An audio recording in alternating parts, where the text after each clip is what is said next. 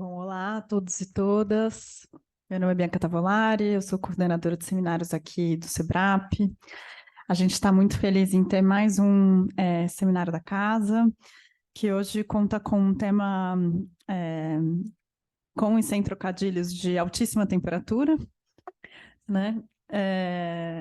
Então, essa mesa está composta em torno da pauta climática ambiental, a partir de três olhares, né, de eventos que vão acontecer ou de dimensões conjunturais que estão acontecendo agora. A primeira delas é a presidência do Brasil no G20, e quanto que a pauta climática entra, né, nessa agenda e nessa discussão.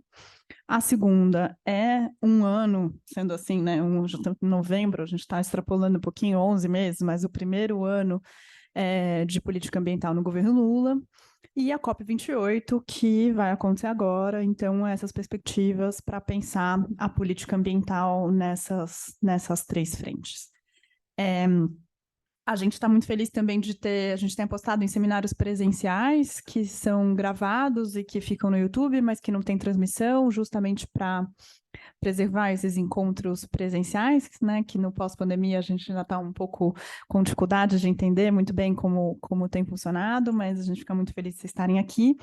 E a gente tem uma mesa de especialistas, né, na pauta climática e ambiental, com a Isabel Drigo, do Imaflora, com o Sérgio Leitão, do Instituto Escolhas, e com o Arilson Favaretto, que é coordenador do Núcleo de Sustentabilidade aqui do SEBRAP, além de professor da UFABC. A gente combinou que cada um vai ter 20 minutos, né? E que tenho aqui a função chata de controlar o tempo, mas com generosidade. E que então, depois dos 20 minutos de cada um, a gente abre para rodadas de perguntas para vocês. E daí eu só vou pedir para que as pessoas que quiserem fazer perguntas na hora específica levantem a mão e esperem, porque como a gente está gravando, eu vou levar um microfone até vocês para vocês fazerem a pergunta no microfone para que ela seja gravada. Bom, o meu papel aqui é só de mediação, então já passo direto, né, pela ordem. A gente combinou vocês combinaram uma ordem aqui do meio para o final, do meio para a ponta da onde eu estou. Passo então a palavra para o Sérgio. Muito obrigada. A gente está muito feliz que vocês estão aqui. Ligou, né? Sim? Ligou. Tá. Só o meu, acho que não está desligando agora. Gente, muito obrigado. Queria agradecer ao SEBRAP e ao Maurício pelo convite. Saudar aqui a Isa, minha colega de mesa. Falar depois do almoço é tarefa, né? Ainda mais com esse ar-condicionado, dá vontade de dormir, sinceramente. Eu morava em Fortaleza, tinha um cinema belíssimo, chama, né? Cine São Luís, virou hoje uma espécie de monumento histórico da cidade. E a gente aproveitava a hora do almoço para ir ver qualquer coisa que estivesse passando para dormir. E tem uma historinha que o Ulisses Guimarães foi uma vez em Aracaju, Arilson. E aí era uma palestra às 2 da tarde, naquele calor. E ele, como era versado em grego, foi professor de grego, resolveu fazer toda uma leitura da questão da guerra de Troia lá, né, da Odisseia. E numa certa hora, para dar aquela pausa de um bom orador à moda antiga, ele bate na mesa e fala Agamenon, que era o líder troiano. E aí tinha um sujeito na plateia que disse, pois não, doutor Ulisses, o que o senhor deseja? É muito comum, né? Os nordestinos adoram nomes, né? Agamenon, Abidoral, né? Agora tem uma safra mais com Y, né? Wesley, né? Mas a gente, né? São gregos, né? A gente compensa as nossas diferenças, né? Exatamente, né? Adicionando coisas que não existem no, né, nosso alfabeto, pelo menos tradicional. Bem, a pauta do seminário aqui, dessa discussão, dessa conversa entre a gente, ela é super interessante porque a gente vai se encaminhando, né, felizmente, graças a Deus, para completar um ano de um novo governo Lula, né? E é um momento para a gente fazer uma reflexão, como propôs o Arilson, para a gente avaliar o que está de diferente e o que está de igual, né? Porque a gente tende ali a saudar, que nem quando você tira um sapato que está muito incomodando, né? É uma delícia andar de pés descalços. Depois de um certo tempo, pode ser que o conforto, né, não seja o mesmo. Então, talvez seja a hora da gente perguntar se estamos, né, ainda vivenciando todo o prazer, né, de se livrar de uma coisa que estava, né, nos atazanando ali, né, o pé, ou se a gente já tem contornos daquilo que possa ser o retorno das questões que nem de longe ficaram resolvidas, né, nos 3 mandatos do Lula. Eu digo 3 porque o governo Dilma, de certo modo, era uma continuidade, né? Tinha ali muita de inter-relação. E a primeira coisa que eu queria propor para a gente pensar é aquilo que eu chamo todo esse retorno do triunfalismo brasileiro, que chamo da aquarela brasileira. Né? Hoje de manhã fiquei ouvindo longamente, enquanto trabalhava, a Aquarela do Brasil, que é do Ari Barroso, que é uma música de 1939. E tem um verso que diz assim, né? O Brasil verde que dá para o mundo se admirar, o Brasil do meu amor, terra de nosso Senhor, Brasil, Brasil, para mim, para mim. Quando a gente vai olhando isso, esse triunfalismo, eu me coloco a pensar numa coisa que eu disse ali por volta de 2012, quando a gente fez a nova lei de florestas no Brasil, que é o Código Florestal, que foi objeto de uma intensa disputa, né, entre o setor ruralista, o setor ambientalista, né, já no momento em que o poder de arbitragem, né, ou de equilíbrio entre essas forças por parte do governo federal já era menor, né, maior do que é hoje, né, mas já era diminuto, por exemplo, em relação ao que foi nos 2 primeiros mandatos do Lula. Ali era o 3º mandato. E naquele momento eu disse que a gente estava iniciando, Arilson, o que eu chamei de travessia do deserto.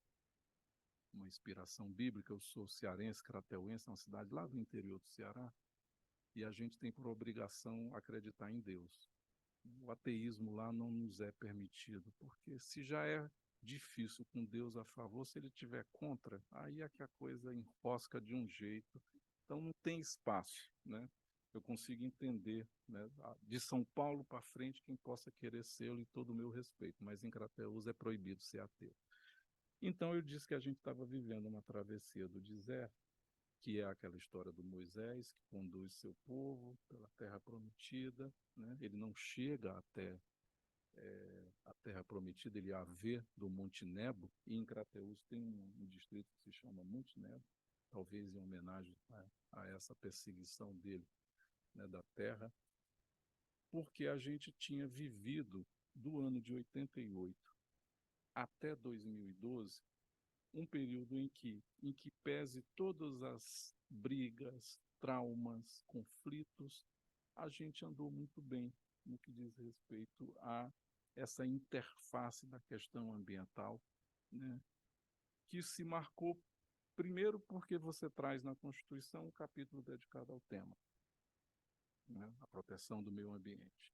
Segundo, porque você vai estruturando quase que anualmente, né, uma votação por parte do Congresso Nacional de leis favoráveis ao meio ambiente. Então, você faz a lei do Sistema Nacional de Unidades de Conservação, você faz a lei dos crimes ambientais, e mais do que isso, essas leis, de certo modo, se transportam para o terreno da aplicabilidade, porque a gente cria muita unidade de conservação, a gente demarca muita terra indígena, isso já começa nos governos, né, do Fernando Henrique, e se passam para os governos do Lula e vão sofrer uma interrupção, né, exatamente no governo da Dilma.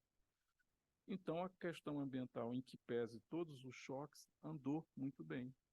Isso se plasma numa institucionalidade, porque se cria, né, o Ministério do Meio Ambiente, se criam secretarias estaduais de meio ambiente, se criam secretarias municipais, e essa institucionalidade tem um ápice já no segundo governo do Lula, quando a Marina, então ministra do Meio Ambiente, consegue que o governo faça uma resolução do Conselho Monetário Nacional estabelecendo uma vinculação que sempre foi pedida, que tinha uma base, paradoxalmente, na legislação da chamada Política Nacional do Meio Ambiente, que é a Lei 6938, que é de 81. Né? O Brasil é um país que não escreve certo por linhas tortas. Às vezes ele escreve errado por linhas mais erradas ainda, por linhas mais tortas ainda. Mas isso era ditadura, era secretário do Meio Ambiente, que equivalia ao cargo de ministro do Paulo Nogueira Neto, e a gente faz a lei da Política Nacional do Meio Ambiente, que até hoje é uma lei excelente, muitíssimo boa. Tudo que a gente ouve falar sobre licenciamento ambiental, Conselho Nacional do Meio Ambiente, possibilidade do Conselho Monetário Nacional vincular financiamentos públicos à prestação, cumprimento de obrigações ambientais, está lá. E se faz essa resolução. Quando essa resolução é feita, o mundo cai. Né? Como diria aquela música da Maísa, meu mundo caiu, o mundo caiu sobre nós, porque pela primeira vez o setor mais poderoso deste país vê a questão ambiental, que se traduzia por unidades de conservação lá longe, né? Chegando perto e mais ainda, né? Chegando ao seu bolso, porque tudo aquilo que fazia a movimentação da máquina, né, do agro acontecer, que é o crédito público, estava começando a criar uma condicionalidade de que, para tanto, eles tinham que cumprir a regra que estava presente na legislação brasileira desde 1934, que é quando a gente faz o primeiro código, né, de proteção da fauna, da caça, da flora, da fauna, não chamava código florestal, tinha um código de águas, era o período ali getulista, mas que era uma legislação considerada sem dentes, porque ela nunca vicejou,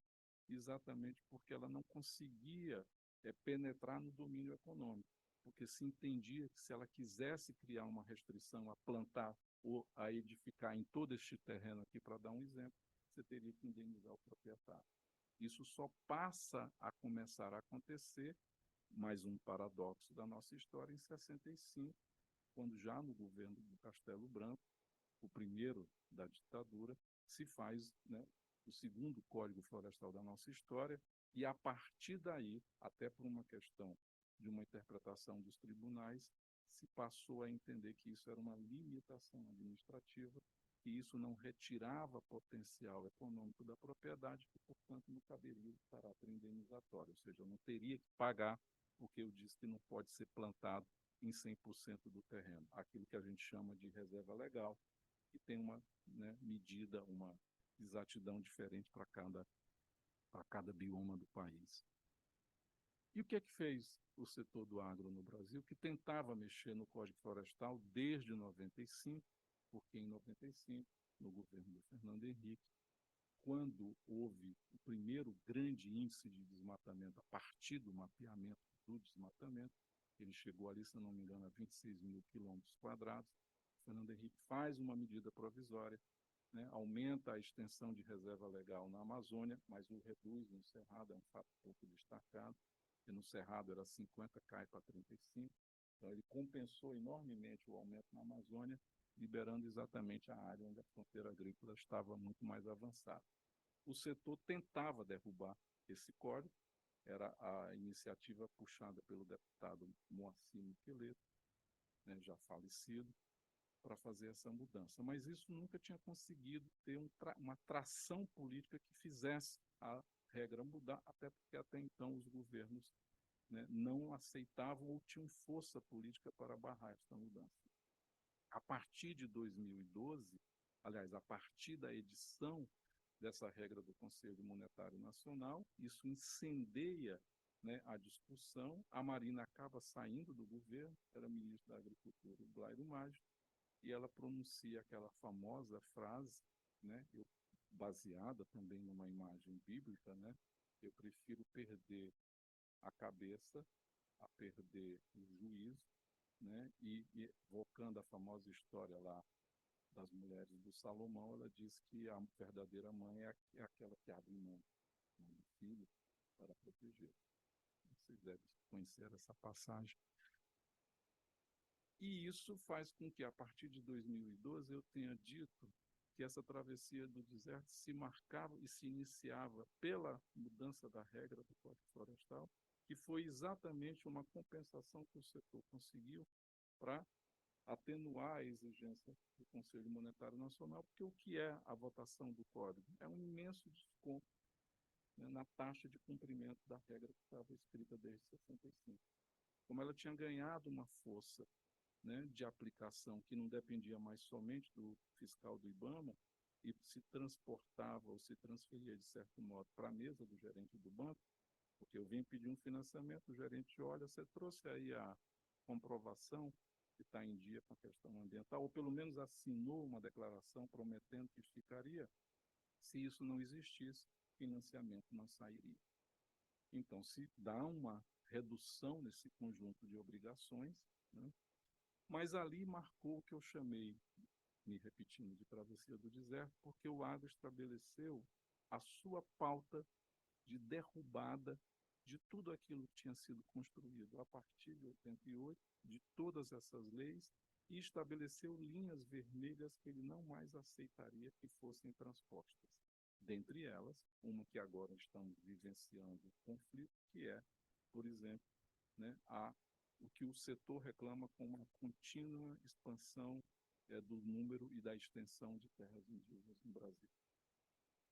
Essa travessia do deserto, né, que eu disse que significaria esse ataque para destruir esse legado, ganhou um paroxismo que eu jamais, nos meus piores, né, você estava falando de sonho ali, antes de entrarmos aqui, nos piores dos meus pesadelos, que é o governo Bolsonaro, porque a capacidade de aplicar isso, né, foi levada com uma competência ímpar, né, que talvez, diferentemente dos outros governos, se a gente pode apontar uma, né, digamos assim, ação efetiva do governo Bolsonaro, é que ele não negou nenhuma das promessas que fez.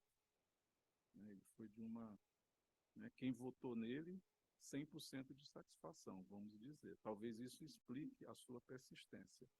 E isso explique, né, a de extrema dificuldade que os governos ditos de esquerda têm em falarem com a população, porque eles não entregam necessariamente o que prometem. É até a matéria, o artigo do Vladimir Safit nessa Piauí que está nas bancas, né, reclamando dessa análise psicológica ou psicanalítica do problema do que empresta apoio ao bolsonarismo e não vendo a fraqueza dos governos de esquerda entregar o que prometem. Isso ajudou a gente a resolver, ajudou a gente aqui, eu estou nos colocando todos na mesma redoma, a lidar com um fator que tinha sido muito visceral no governo Lula 1, 2 e 3, que eram as tensões, né, de conviver com um governo que tinha propostas que criavam as famosas contradições no seio do povo. Era um governo que falava, né, em fazer determinadas obras, sejam as hidrelétricas, sejam as estradas, né, e isso criou, mudar a regra do Código Florestal, e isso criou profundas divisões no setor ambientalista, que não foram sequer tratadas até o dia de hoje. Porque na hora que chegou o governo Bolsonaro, como você vai para a frente única, né, e o não é um fator de colagem desses cacos dispersos de como cada um enxerga, isso, de certo modo, ficou ali adormecido.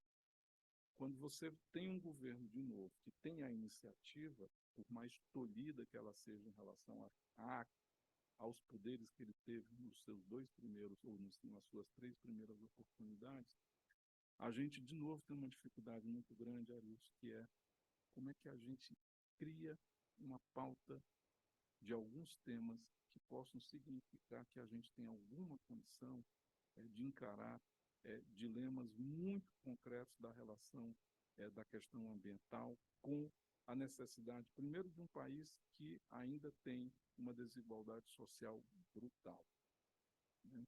A agenda da pobreza é a agenda perdida, ou talvez a agenda nunca lembrada do ambientalismo no Brasil.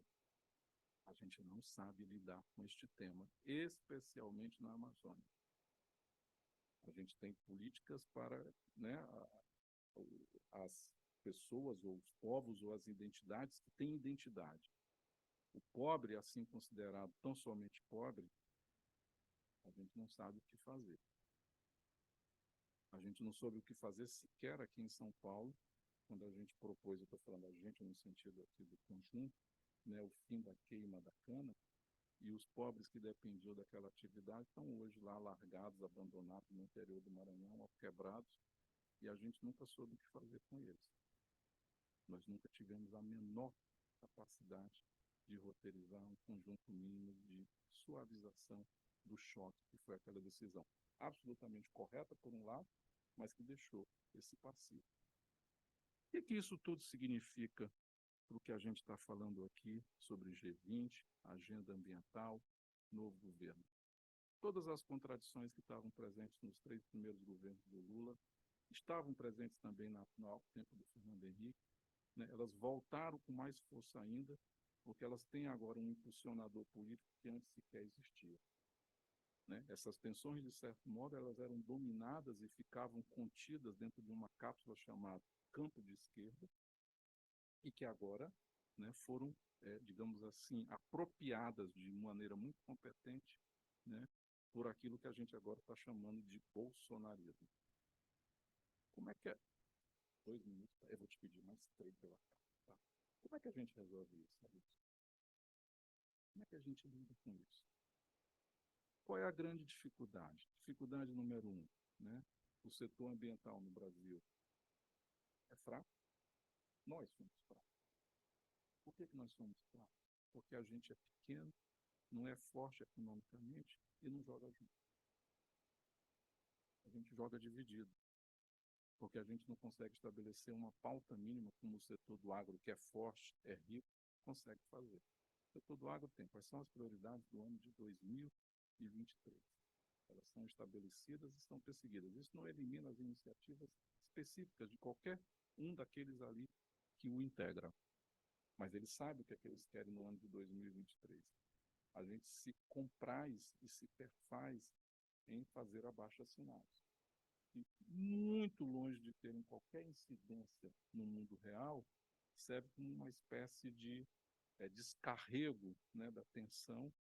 E se você for analisar o que muitas vezes a gente faz a semana inteira, é assinar 2, 3, 4, 5. Primeira coisa, como é que a gente dá conta da fraqueza de um carro? Segundo, como é que a gente dá conta de um país que não consegue reconhecer a sua fraqueza? Porque mesmo o setor que é forte, ele é forte daqui para dentro, mas ele é fraco, né, da porta para fora. E aí a gente fica proclamando uma retórica de um país que não existe. Qual é a retórica de um país que não existe? Deixa eu pegar aqui, né, a minha colinha, que a gente tem energia limpa, a gente é o celeiro do mundo e a gente tem as nossas florestas. Esse verde que dá da aquarela do Brasil. A gente não tem energia limpa porque 48% da nossa matriz energética é fóssil. A gente não tem energia limpa porque a gente não está iniciando sequer aquilo que se chama transição energética para tentar algum dia não ser um país que tenha metade da sua energia oriunda de uma fonte fóssil. A gente está apostando no petróleo da margem equatorial e ela vai ser explorada, não estou aqui sendo nenhum, né, adivinhador do futuro, basta ver o volume de recursos envolvidos, né, e a pressão feita sobre o Ministério do Meio Ambiente, pela Petrobras, pelo BNDES, todos os órgãos interessados, né, para saber o que, que vai dar aquele capítulo. E a gente não é capaz sequer de pôr uma pauta que minimamente diga o seguinte: tudo bem, já que vai acontecer, quais são as condicionantes do ponto de vista do uso desse dinheiro para que a gente resolva os problemas amazônicos, como, por exemplo, da questão fundiária, como, por exemplo, do combate à pobreza. Porque a gente está condenado a perder definitivamente a região centro-oeste e norte do Brasil para o bolsonarismo. Definitivamente. Porque a região só nos vê, né, como aquele que atrapalha. só nos vê como aquele que oferece a copa frondosa da árvore, mas debaixo dela barrigas vazias. Encarar essas debilidades, encarar essas necessidades de um debate que vai criar cisões, mas é melhor, né, uma cisão que permita uma ação unida, né, do que uma permanente concordância em torno de um não, que num governo como o Bolsonaro, né, fazia, né, alguma função de incidência acontecer, mas na hora que o mundo real, né, se volta para nos perguntar sobre coisas com as quais a gente pode ter discordância, talvez até aqui nessa mesa, a gente se vê diante de uma fraqueza muito grande que a gente resiste a encarar. Então, talvez o que eu queira colocar aqui para a gente, olhando esse primeiro ano do governo Lula, é que ele é um governo muito mais fraco do que foi anos atrás, ele é muito mais fraco diante de um Congresso que tem uma atuação fortíssima e que nós temos uma sociedade civil que sequer consegue estabelecer uma base de atuação no Congresso onde ele se sinta minimamente representado. Se a gente se colocar de acordo, né, das nossas debilidades, pode ser que a gente consiga construir, né, algum grau de articulação que vá além do abaixo-assinado. Obrigado.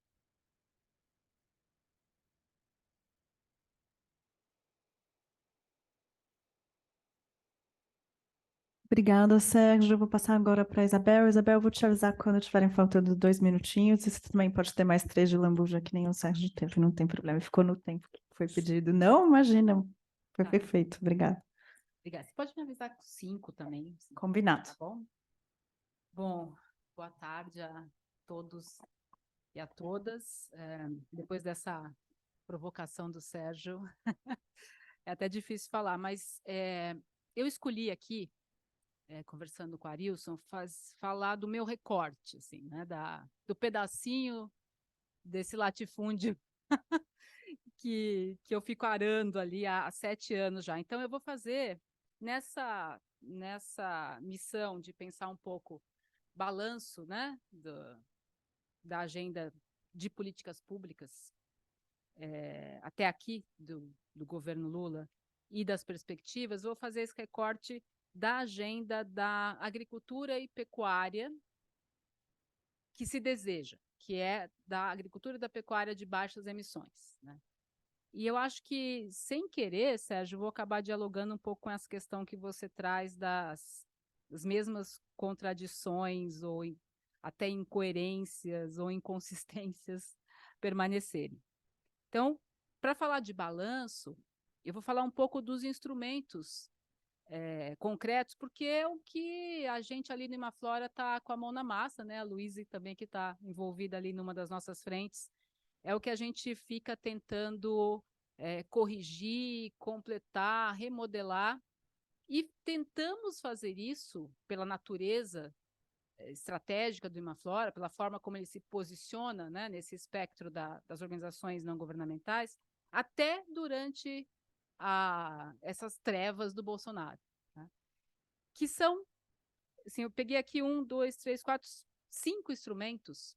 Um deles não é bem instrumento, mas é uma atuação do Brasil dentro de um espaço de negociação da Convenção Quadro, né, das Nações Unidas, mas rastreabilidade do gado, né, rastreabilidade bovina, plano ABC, o plano da agropecuária de baixo carbono, plano safra e o espaço que o Brasil ocupa no chamado, que se chamava o grupo de Coronívia, que é o grupo dos países, das partes, todas as partes ali da Convenção Quadro, que discutem a agricultura e a transformação, a transição da agricultura e da pecuária para uma atividade mais sustentável, de menor emissões. E por que é um grupo dentro da Convenção Quadro e é importante? O Acordo de Paris não é setorial, né? Então, você não tem espaço para discussões setoriais no âmbito do Acordo de Paris. Mas, no âmbito da Convenção, você tem esse espaço da agricultura, que reúne todas as partes, os países que integram a Convenção, para falar de uma agenda um pouco mais concreta, uma agenda de ações. Embora ela não seja nada concreta, ela seja constantemente bloqueada pelos posicionamentos e pelo jogo de força político. Mas o Brasil sempre teve um papel relevante nesse grupo e poderia ter mais. Então, vou começar esse balanço. Rastreabilidade bovina.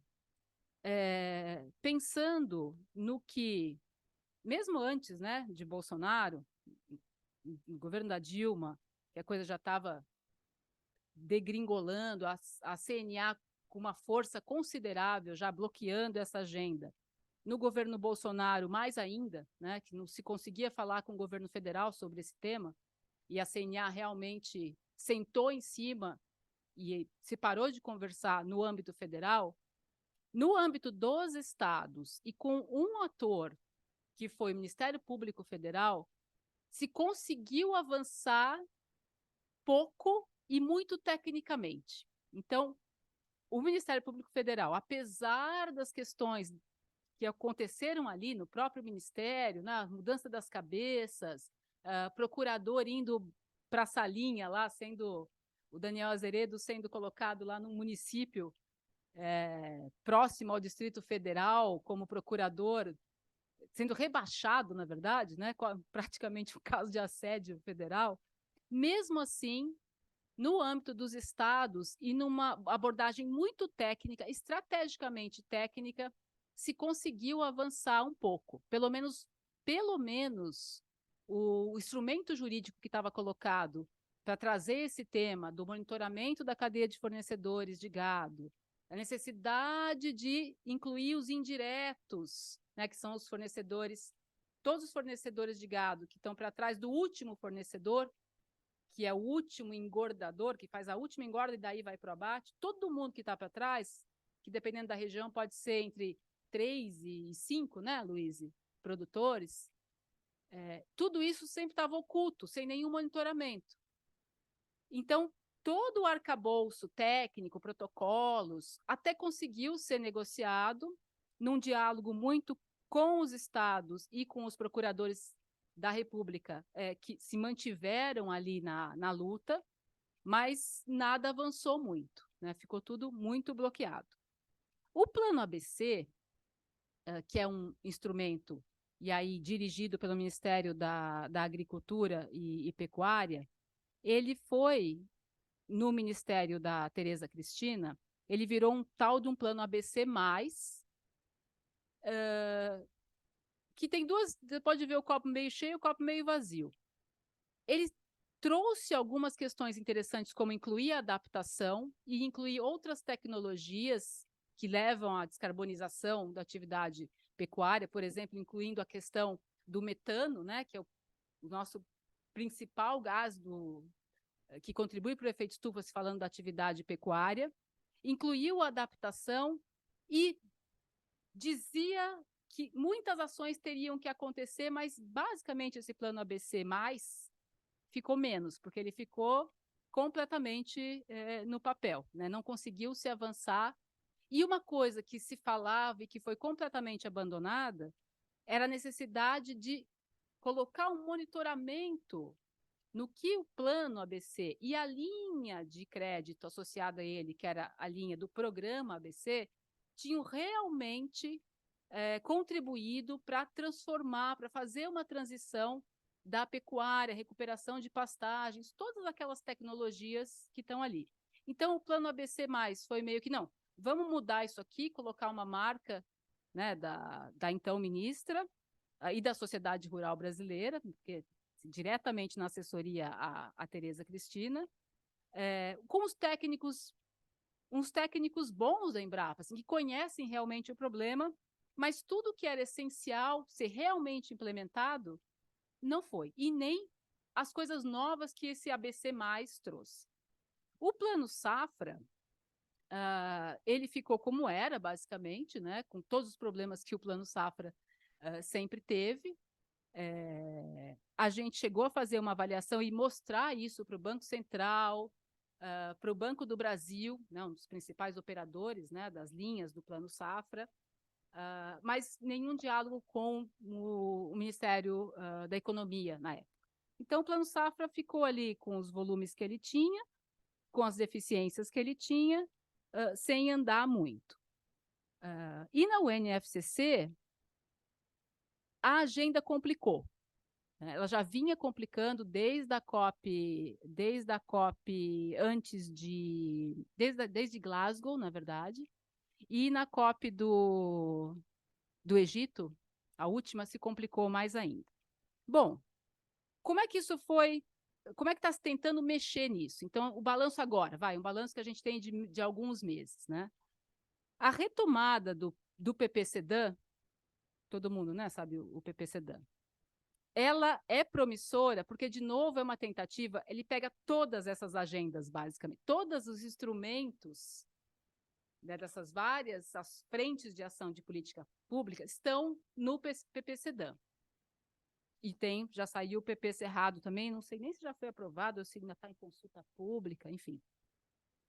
Então, a retomada do PP-CEDAW, agora, por esse governo, pelo governo Lula, ela dá uma esperança de organizar esse jogo, e aí a coordenação via Casa Civil, com um protagonismo, de novo, do Ministério do Meio Ambiente, que vocês sabem muito bem que perdeu totalmente, né?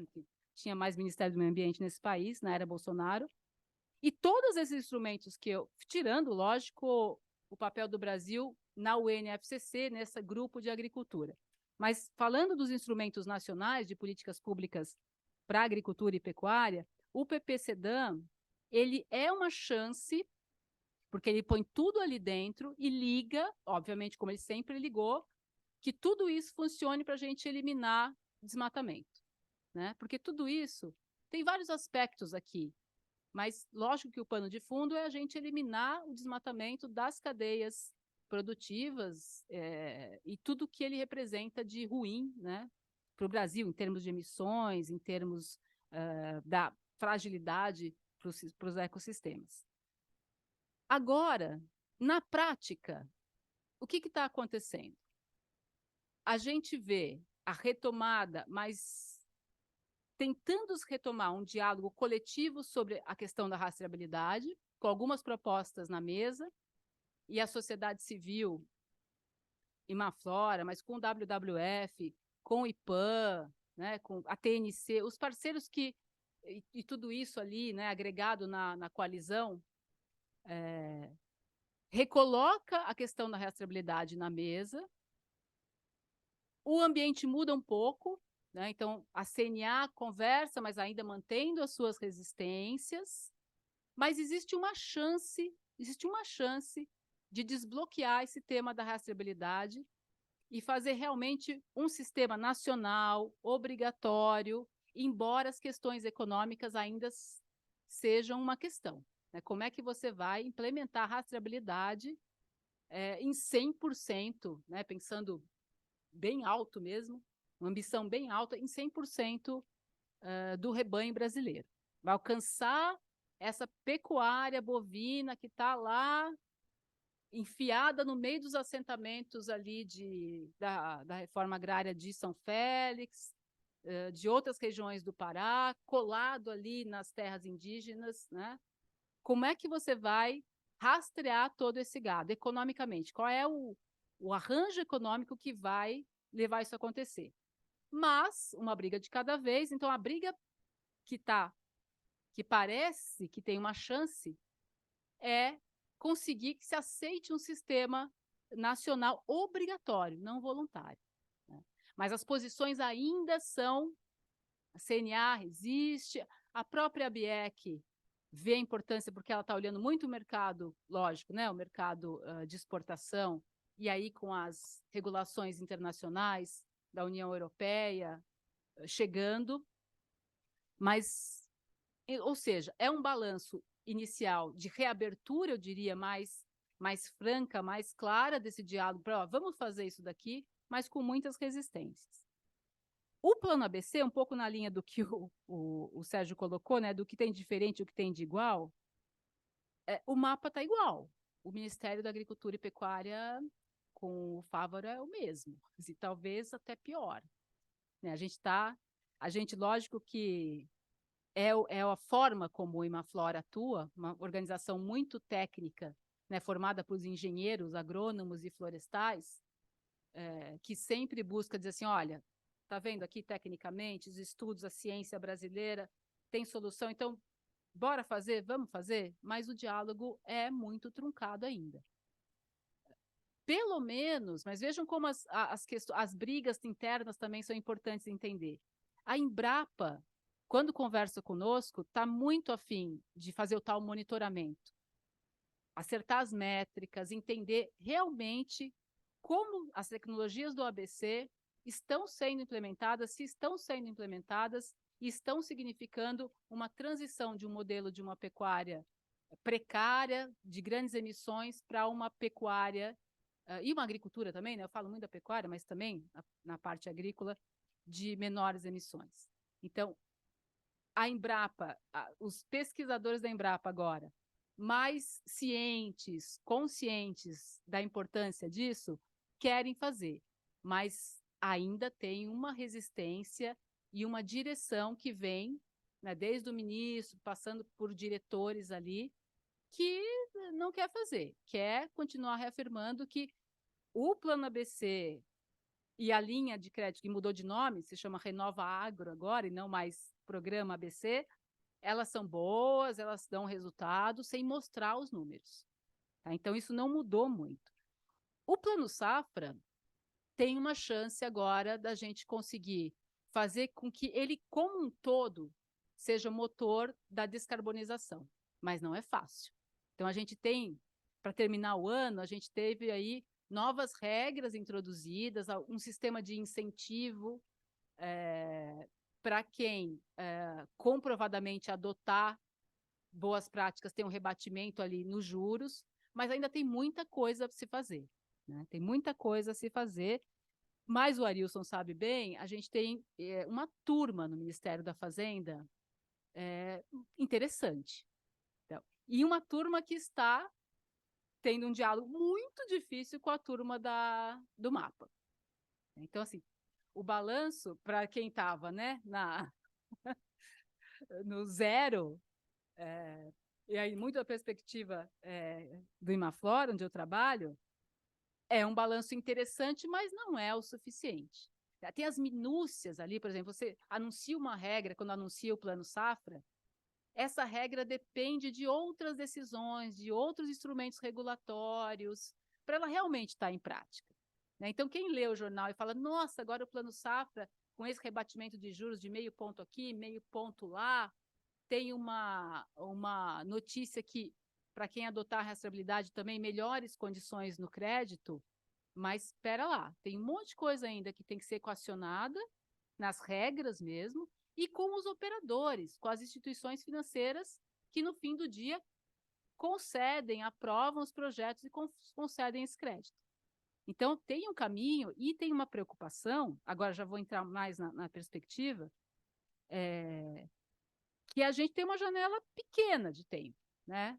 A gente tem, porque já tem eleição municipal ano que vem, né? Depois a gente já vai caminhar para as eleições de novo de governadores, e isso liga com a importância mobilizadora, pelo menos para a natureza do trabalho que a gente faz, que é com todos esses atores, que eventos como o G20, né, as COPs, mas principalmente a COP de Belém, podem ter. Então, assim, são momentos que a gente quer que eles acelerem tudo isso que está mais ou menos igual, com assim, com mudanças incrementais, com uma abertura para o diálogo, mas que eles acelerem nesses instrumentos, na reconstrução ou na reforma desses instrumentos, para ter o que dizer realmente nesses eventos internacionais. Né? Então, G20 é agosto, né? Obrigada. G20 é agosto, né? É isso, né? Que é agosto do ano que vem. Essa é a tática, por exemplo, do Imaflora e de nossas organizações parceiras. Né? Mas é uma corrida contra o tempo, porque realmente, quando a gente para pensar, olha, uma política pública do jeito que ela está no papel, desenhada, os instrumentos, as regras de funcionamento, e aí a vontade política de implementar, né, tem um fosso aí nesse meio. Então, tem um certo balanço positivo, e, para não deixar de falar, aproveitar os últimos minutos, esse espaço do Brasil na Convenção Quadro, nesse grupo, que é o grupo da agricultura.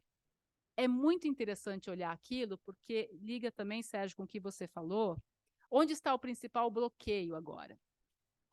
É uma questão muito simbólica. Esse grupo conseguiu acordar entre Glasgow e Sharm el-Sheikh, no Egito, uma reformulação, revisitou tudo o que tinha se proposto, um trabalho de 4 ou 5 anos, e falou, não, vamos colocar agora aqui no papel um plano de ação para discutir os modelos produtivos nesse monte de regiões do mundo que fazem sentido para fazer uma transição, para garantir segurança alimentar. Trouxeram o tema da segurança alimentar, não dos sistemas alimentares, mas da segurança alimentar, né, garantir comida no prato, e montaram um roteiro mesmo, para trabalhar nos próximos 4 anos. O que aconteceu esse ano em Bonn, né, no encontro de Bonn, em junho, que prepara? O G77, né, os países ali, que é o grupo de países, não são 77, são muito mais, mas o grupo de países ali menos desenvolvidos, bloqueou as negociações para trazer a questão de, não, mas olha, não podem querer colocar esses esforços na gente se não tem dinheiro. Então, eles trouxeram uma condicionante de conversar sobre o financiamento, quem vai financiar a transição para modelos mais sustentáveis, se o dinheiro não, se a questão do financiamento climático não acontece. O que aconteceu com a América do Sul, mas a América do Sul? Argentina, Brasil e Uruguai, que formam o ABU, que forma essa coalizão de 3 países. Eles se colocam, nessa hora, muito mais com o bloco europeu. Não, vamos manter o grupo, vamos fazer um plano de ação, não vamos bloquear por causa dessa questão. E o G77 fala, tá bom, então não vamos bloquear por causa dessa questão, então dá para nós a direção, vamos formar um comitê e dar a governança desse grupo para nós, porque eles vão ter um poder, um certo poder, mas um poder de trazer a questão de onde vai vir o dinheiro para tudo isso. E aí, esse blocão que se forma entre Argentina, Brasil e Uruguai e o bloco europeu fala, não tem que ter governança nesse grupo, assim, é do consenso entre as partes, não precisa ter um comitê. Então, também, a gente tem e é difícil julgar, né? Porque se a gente se colocar... E tem a questão, né? Os cientistas vão analisar também as questões maiores, jogo de interesses maiores dessas nações. E você pode até pensar, não, mas espera aí, não adianta escoar grana em nações muito corruptas, que esse dinheiro não vai ser usado para a solução, vai acabar diluído na corrupção. Então, de qualquer forma, é uma agenda que é interessante, por exemplo, ponto de vista das organizações mais técnicas, vamos abrir essas caixas pretas do que é modelo realmente sustentável, mas tem a questão da pobreza, da desigualdade, que seja um sentimento genuíno ou não dessas lideranças, ele vem para a mesa e ele vem como um fator bloqueador. Né? Então, é um pouco isso que a gente tem aí para os próximos anos. Obrigada. Desculpa se eu ultrapassei.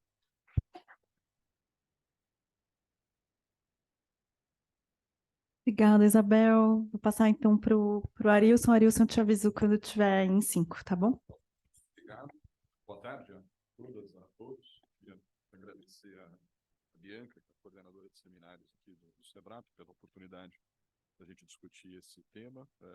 Quero agradecer também e dizer que é um prazer compartilhar a mesa com os meus colegas que eu admiro bastante.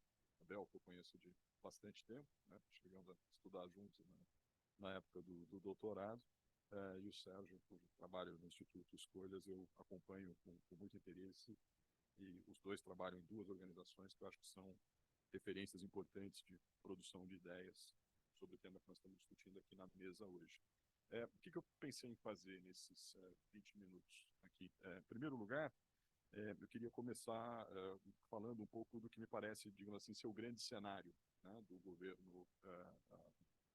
governo Lula nessa agenda ambiental, para, em seguida, dar talvez alguns exemplos de como algumas ambiguidades, né, ambiguidades ou contradições que aparecem nesse grande cenário, temas nos quais essas ambiguidades e contradições aparecem, né, especificamente relacionados a agenda ambiental. E aí, se houver tempo, falar duas palavras sobre as perspectivas relacionadas aí à COPs, presidência brasileira do G20 e dos BRICS, né, que é algo que também acontece na sequência. Então, primeiro, com relação a esse grande panorama, né, que me parece vai tomando forma no governo Lula, eu diria o seguinte: a gente aqui no SEBRAP, eu não me lembro agora exatamente a data, mas passados mais ou menos 100 dias do novo governo, a gente fez uma pequena série de seminários discutindo quais eram as perspectivas de algumas agendas, né, da saúde, da segurança ambiental. E, naquela ocasião, não estava muito claro para nós o que ia prevalecer de dois comportamentos que a gente via muito fortes nas pessoas que estavam começando a ocupar cargos importantes no governo. A gente viu um primeiro discurso, eu diria talvez mais cético, ou mais pragmático, ou mais realista, que dizia basicamente o seguinte: olha, sem grandes ambições, esse é um governo de reconstrução, nós estamos pegando terra arrasada, certo? Destruição, em alguns casos, no sentido não só figurado, mas concreto, destruição de arquivos, de informação, de sistemas, etc., etc. Uma conjuntura dura e, portanto, o que vai ser possível fazer nesse período é retomar políticas que a gente experimentou no passado, reconstruir alguns sistemas de governança participativa, de monitoramento, de fiscalização, enfim, uma agenda de reconstrução muito baseada, ou fortemente baseada na reedição, né, daquilo que havia sido experimentado na primeira década desse século. E haviam alguns outros colegas, talvez um pouco mais otimistas ou esperançosos, ou não sei muito bem que adjetivo utilizar, que diziam o seguinte: olha, no primeiro ano não espere muita coisa, mas uma vez colocada a ordem na casa, nós vamos ter condições de pensar em um novo ciclo, de pôr em prática um conjunto de inovações e daí por diante. Bom, isso era algo que se esboçava aproximadamente aí com 100 dias, agora nós estamos chegando perto de um ano. E qual é a leitura que a gente pode fazer? Eu tenho a impressão de que o quadro ainda não está totalmente determinado, nunca está, né, quando a gente fala de política e de políticas, né, públicas, tudo depende muito de uma série de fatores, mas o que eu diria é que, me parece, aumenta o número, né, de pessoas com maior aderência ao primeiro discurso, ou seja, é bom ter ambições moderadas, né, nesses primeiros 4 anos, já projetando a possibilidade de haver depois alguma continuidade, mas de dizer, olha, né, essa é a questão, mas principalmente de que o tempo começa a passar e começa a passar muito rápido, né, porque o primeiro ano já foi, e como a gente sabe, o último ano de governos são sempre complicados para introduzir agendas novas, inovações, etc. Então, nós temos 2 anos-chave aí, que é 2024 e 2025. E por que as condições vão ficando, me parece, cada vez mais apertadas? Eu acho que tem 3 fatores que contribuem para isso. A primeira delas digamos assim, totalmente conjuntural, né? Ou seja, o país vem de praticamente uma década de crescimento muito baixo ou nulo, né? Então, essa é uma situação que a gente havia experimentado já lá atrás, nos anos 80, em certa medida também nos anos 90. Isso limita a margem de manobra de um governo de fazer investimentos, ser mais ousado em algumas agendas, do ponto de vista financeiro mesmo, sem falar do estado de espírito geral do país. Segundo lugar, é um governo que assume com problemas fiscais e precisando colocar ordem, né, em contas públicas, o que também limita margem de manobra. É um ambiente, como todo mundo sabe, muito marcado ainda pelas tensões políticas herdadas, né, do período do bolsonarismo. E, sem esgotar o painel, mas um último fator conjuntural importante, com uma dificuldade tremenda no âmbito do Congresso Nacional, de passar qualquer pauta que seja um pouco mais ousada, com um conteúdo mais progressista. Então, é uma conjuntura que é um tanto quanto desfavorável. Do ponto de vista das transformações mais estruturais, também é importante entender que há movimentos mais de fundo, digamos assim, que vão pressionar a agenda ambiental numa direção não muito confortável. A primeira delas, que nós não podemos esquecer, é que o Brasil vem experimentando, ao longo das últimas décadas, uma dependência crescente do setor de exportação de bens primários. Então, isso fortalece muito, né, o poder econômico, a conversão desse poder econômico em poder político, e também a legitimidade perante o conjunto da sociedade brasileira.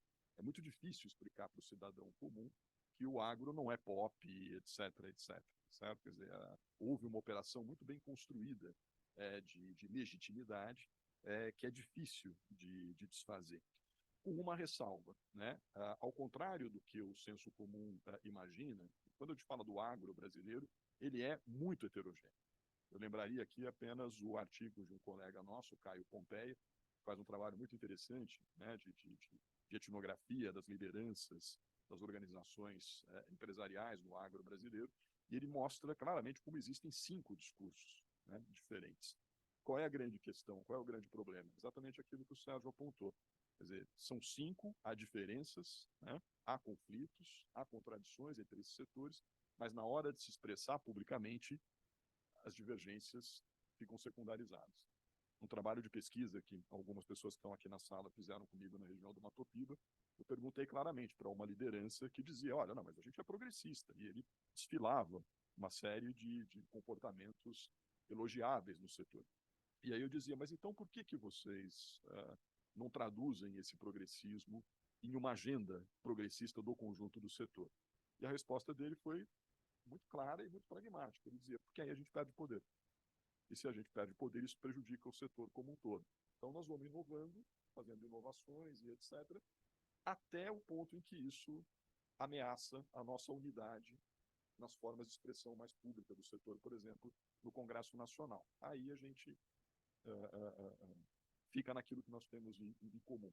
E aí o comum dessa pauta talvez seja um pouco aquilo que já foi colocado aqui na mesa. Agora, além disso, do ponto de vista das transformações estruturais, essa dependência, ou esse maior poder do setor de produção de commodities, ele vem acompanhado, talvez nos últimos 10, 15 anos, algo mais ou menos assim, com uma mudança de comportamento na representação política. O agro agora não reivindica mais apenas a agenda corporativa. Ele reivindica poder político de fato, né? Ele reivindica protagonismo político na agenda do Estado como um todo, né? Então, essa é uma questão que é difícil de se administrar quando se pensa numa agenda ambiental. Agora, ainda nessa linha das transformações estruturais, também é inegável que as mudanças climáticas hoje, isso é uma agenda para a qual é impossível dar respostas, certo? Perdão, é impossível não dar respostas. Olha o ato falho que eu cometo aqui. É impossível não dar respostas. Só que os tipos de respostas que vêm sendo dadas são muito variados, né? E aí é que há uma, digamos assim, uma fissura que pode eventualmente ser explorada, né? Eu acho que a Bel sinalizava um pouco disso na fala dela, dizer, todos os atores do agro, alguns de maneira mais consistente, outras menos. E aí não é só do agro, na mineração também, né? Então, enfim, alguns setores que a gente tradicionalmente coloca do lado dos grandes vilões, eles vão fazer uma incorporação à sua maneira da agenda climática e da agenda da sustentabilidade. Então, esse é um dado da conjuntura. Eu não estou dizendo que essa incorporação é suficiente, longe disso, muito longe disso, né? Mas isso, digamos assim, move alguns milímetros, né, no campo das tensões que precisam ser exploradas. E o terceiro elemento, eu falei de algo, né, da conjuntura, falei de algumas mudanças estruturais, e o terceiro elemento que condiciona um pouco a maneira de se lidar com essa agenda ambiental é o estilo de governo do Lula, né? Então a gente sabe, a gente conhece, né, o presidente Lula, que é a grande liderança, é o chefe do executivo, né? Ele tem um estilo de governar e de presidir que é o de não tomar partido de uma agenda ou de outra, de uma coalizão ou de outra, mas de arbitrar, né, de consertar, né, de tentar compor esses interesses contraditórios. Qual que é a soma disso, pelo menos nesse momento agora? É um arquipélago de inovações pontuais e localizadas num oceano de ações convencionais, digamos assim. É muita retomada de programas que já foram experimentados, é muita repetição de trajetórias que já foram experimentadas, com os êxitos e os limites que nós já conhecemos no passado, agravado pelo recrudescimento dessa conjuntura, né?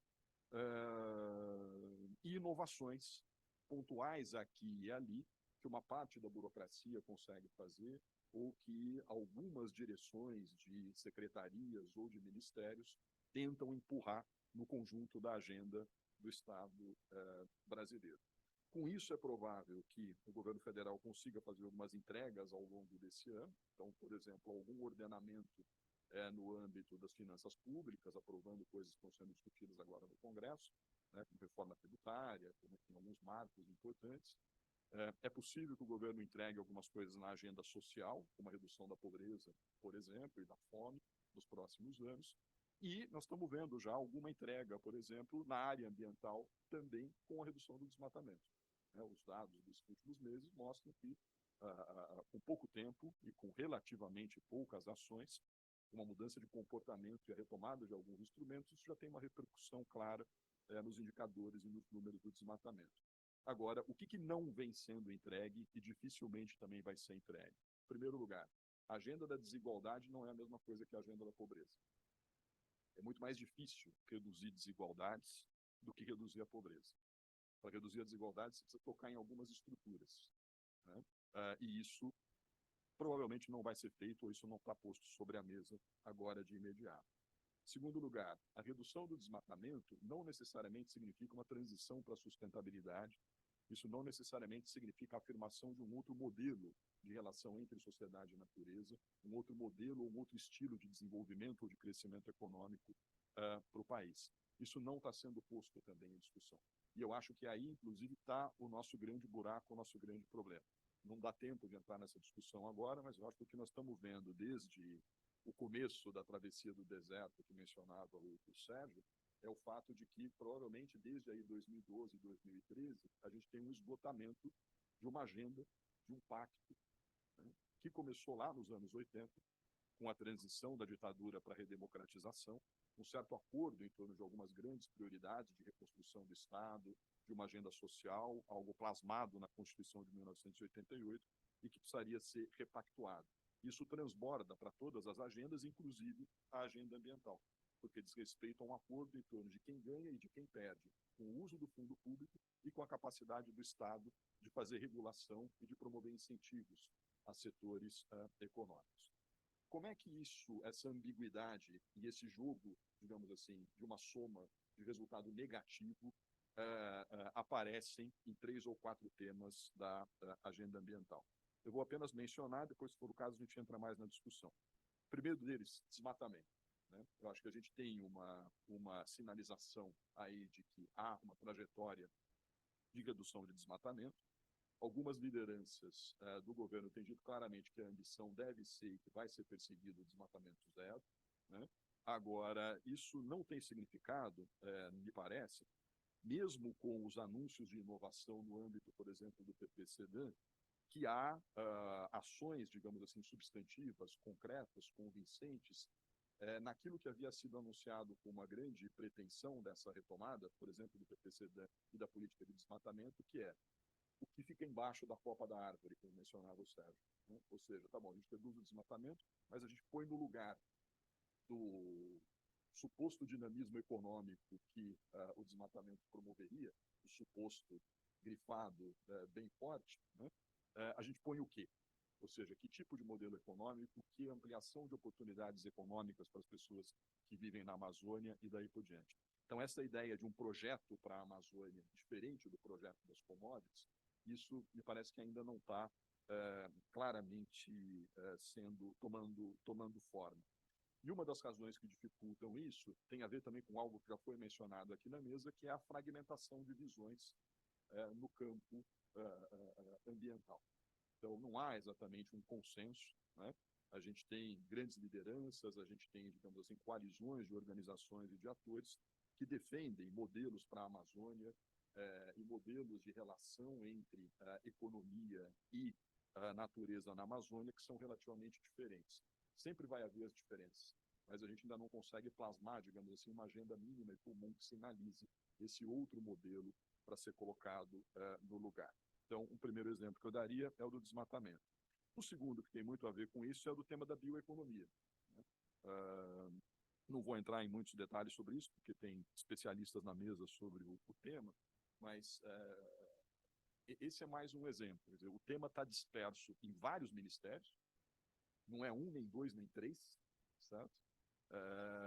E em cada um dos ministérios, por trás da expressão bioeconomia, estão projetos, ideias muito diferentes, né?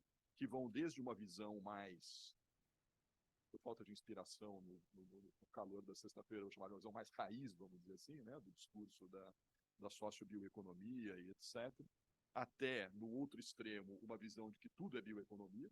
A agricultura convencional seria bioeconomia, porque se trata de uma atividade econômica que lida com a base biológica, até algumas posições intermediárias, né, que vão falar de negócios apoiados na bioeconomia, de bioinsumos, etc., etc. Qual é a visão que prevalece no governo? Ainda não está claro. No âmbito do Ministério do Meio Ambiente vai sendo plasmado um plano, mas com uma coordenação ainda muito frágil com as outras áreas de governo que operam com visões diferentes. Eu vou voltar rapidamente a esse tema da coordenação intersetorial ao final. O terceiro exemplo que eu daria é do plano de transição ou de transformação ecológica que foi anunciado na época. Também foi anunciado o novo PAC, né? Também aqui, para usar uma outra imagem que já surgiu na mesa, a gente podia falar do copo meio cheio, do copo meio vazio. Então, a metade meio cheia do copo é bom que o país tenha um plano dessa natureza, é bom que esse plano esteja sendo gestado e concebido em um ministério da área econômica, porque é um ministério que tem incidência sobre todos os outros. Além disso, há coisas interessantes no plano, como, por exemplo, os eixos que são mencionados, né? São eixos que, digamos assim, são uma espécie de espelho invertido de alguns dos grandes vetores de emissões, no caso brasileiro. Há uma série de aspectos que são, digamos assim, elogiáveis na elaboração do plano. Mas tem, talvez, duas coisas que chamam muito a atenção. A primeira delas não está exatamente clara ainda qual é a ambição do plano.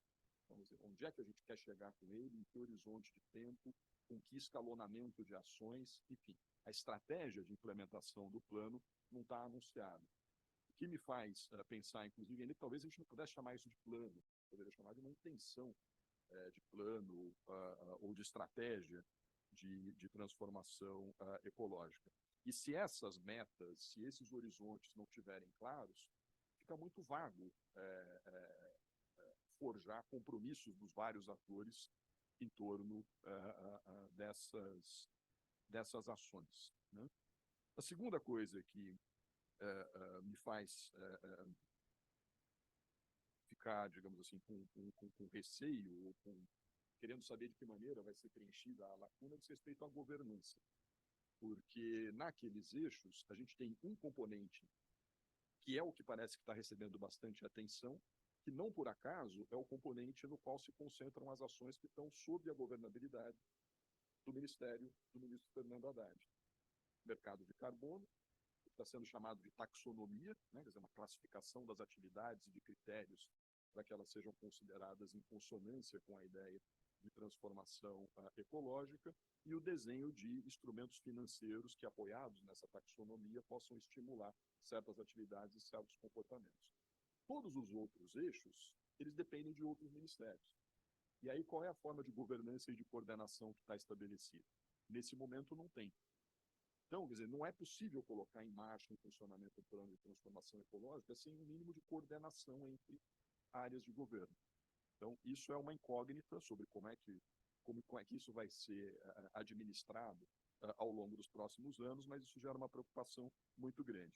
E aí eu chego no quarto e último tema, que não é um tema da agenda ambiental, mas é o tema no qual os problemas ambientais aparecem, que são o quê? As agendas setoriais do governo. Então, no âmbito da energia, petróleo, no âmbito da agricultura, no sentido amplo, agricultura e pecuária convencional, no âmbito do PAC, das obras de infraestrutura que vão ser colocadas em prática nos próximos anos. Tudo isso, todos esses outros grandes vetores do governo que não são política ambiental, têm um impacto ambiental brutal.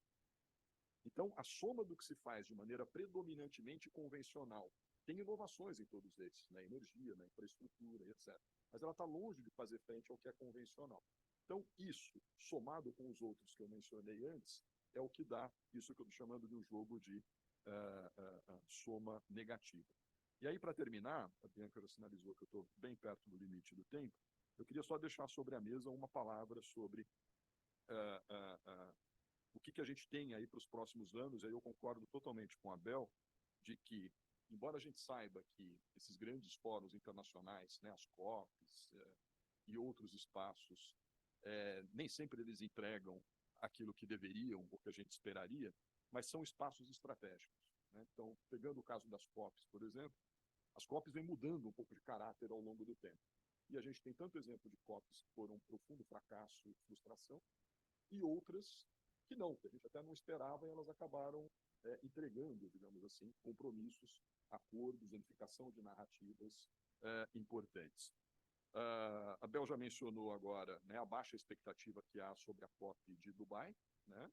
Muita gente considera que essa ênfase dada ao tema, né, da alimentação é um pouco cortina de fumaça, porque é uma COP que vai ser realizada, né, num país que é um grande produtor de petróleo. E no plano internacional a situação é diferente do Brasil, aqui o principal vetor de emissões, agropecuária, mudança no uso da terra. No plano internacional, isso tem a ver com energia. Então, é engraçado até porque as pessoas já estão começando a falar de COP30. A 28 e a 29, então, ninguém fala. Então, COP30 chama muito a atenção, por quê? Por várias razões, né? Não pela ordem, mas vai ser uma COP feita no Brasil, e o Brasil, em especial o Lula, tem uma grande ambição internacional. Então, há uma grande incógnita sobre como é que vai se administrar esse conjunto de ambiguidades e contradições que eu mencionei, no sentido de chegar daqui a 2 anos em Belém com resultados convincentes para se mostrar, né? Talvez seja a última grande vitrine internacional aí do primeiro mandato do Lula. Segunda razão, a COP30 ela vai ser Paris mais 10. Ou seja, nós vamos estar completando 10 anos do Acordo de Paris, dos ODS e tudo mais. Vai haver um balanço, que vai ser um balanço negativo do que se conseguiu fazer nesses 10 anos, e vai haver alguma repactuação com relação a os 5 anos que restam para o horizonte anunciado aí da Agenda 2030. E mais, vamos lembrar que, de acordo com o IPCC, 2025 é também um ano-chave, né, do ponto de vista do cálculo da trajetória das emissões. A gente deveria estar chegando no pico e, a partir daí, reverter numa certa velocidade. Então, há uma grande expectativa, não sobre a COP28, não sobre a COP29.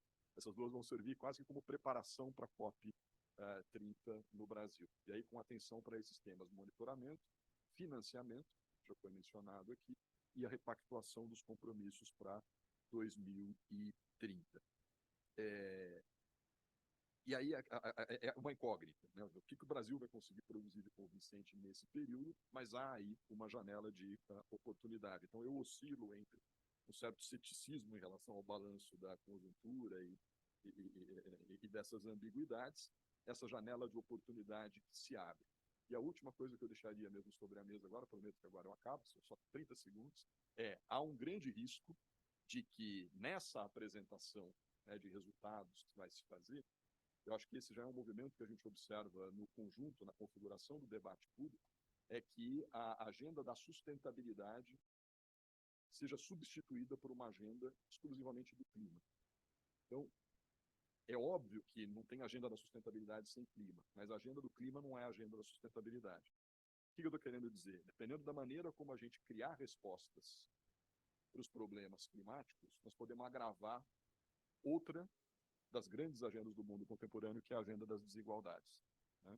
A gente pode entrar em mais detalhes sobre isso na parte do debate, mas antes que a Bianca puxe a minha orelha, então eu vou ficar por aqui. Obrigado.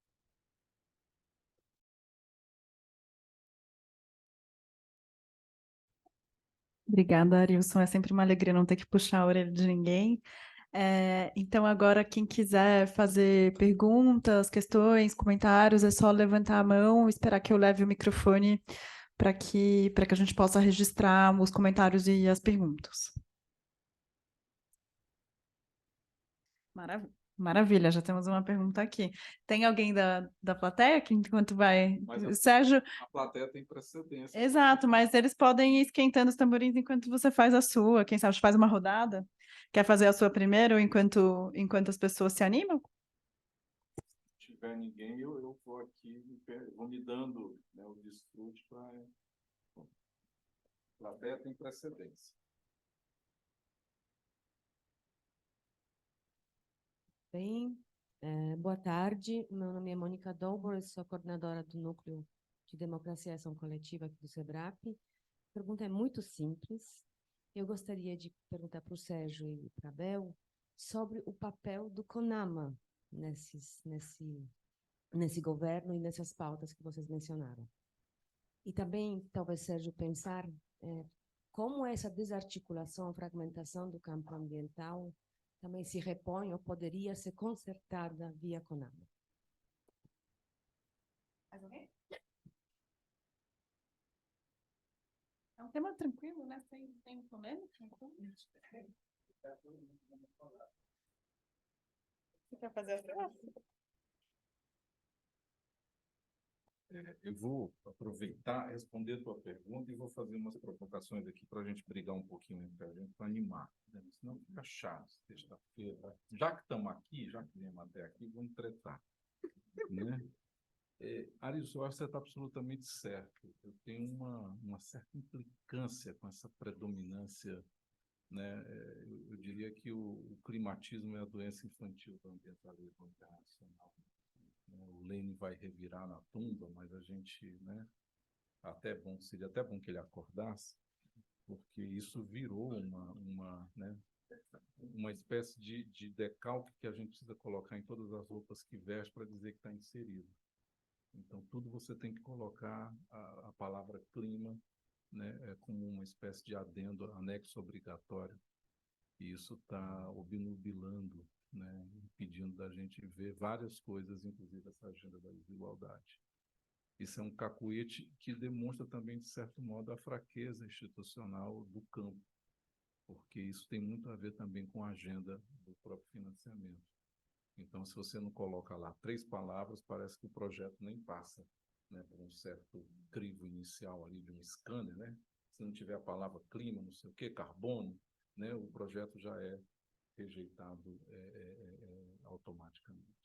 Então, acho que isso é uma coisa grave, e eu sempre digo que, em vez da gente sequestrar o carbono, que é uma das modalidades pelas quais ele seria, digamos assim, retirado, o carbono é que nos sequestrou, né? De uma maneira muito, né, cativante, né? Estamos presos nesse cativeiro. Eu acho que a segunda coisa é a gente, aí eu vou provocar aqui a nós, que é, gente, nós estamos lidando com o setor mais poderoso do país, né? Ele sempre foi poderoso, Arilson. A gente sempre foi primário. A gente nunca chegou na faculdade no que diz respeito à agenda econômica, né? A gente nunca passou do primário, não chegou nem no curso, né, no ensino fundamental. E o problema é exatamente esse, né? O problema não é a gente ser primário, porque os Estados Unidos também o é, que é um país de uma economia mais primária, no sentido de que tem petróleo, tem minério, tem uma agricultura forte. A diferença é que eles não ficaram sem isso, né? Pega o Canadá, que é mais primário do que o Canadá. Pega a Austrália. Pega a Nova Zelândia. O problema não é ser primário.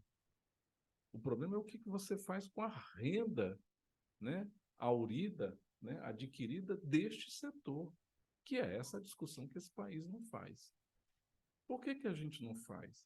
Porque o agro, de uma maneira muito inteligente, ele se coloca na posição, né, de que ele depende da ajuda para fazer a parte que a gente considera que é relevante. Quando ele quer fazer o que lhe interessa, o recurso está aqui. Então, a gente é super rico na hora, eu vou usar a palavra que eu sempre tenho dito, de destruir, mas na hora de conservar eu sou pobre. Eu dependo da ajuda externa. Eu dependo da ajuda externa para o agro tornar a sua agricultura ou a sua pecuária ou a nossa pecuária sustentável. Eu diria até mais, o agro precisa, né, de apoio da sociedade civil para isso.